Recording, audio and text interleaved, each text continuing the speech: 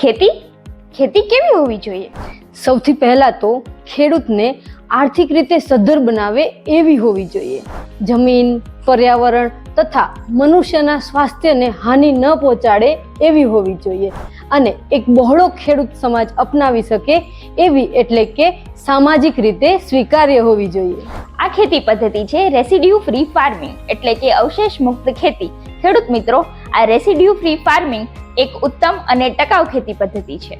આ ખેતી પદ્ધતિ અપનાવી વધુમાં વધુ ખેડૂત મિત્રો પોતાની ખેતી ઉત્સાહ અને ઉમંગથી કરી શકે એવા હેતુથી અમે નેનોબી બાયો ઇનોવેશન્સ અને ભૂમિકથા ફાઉન્ડેશન દ્વારા એક ખૂબ જ સરસ વર્કશોપનું આયોજન કર્યું છે, જ્યાં ખેતીના અનુભવી તજજ્ઞો આપને આ ખેતી પદ્ધતિ વિશે ખૂબ જ સરળ ભાષામાં માહિતગાર કરશે.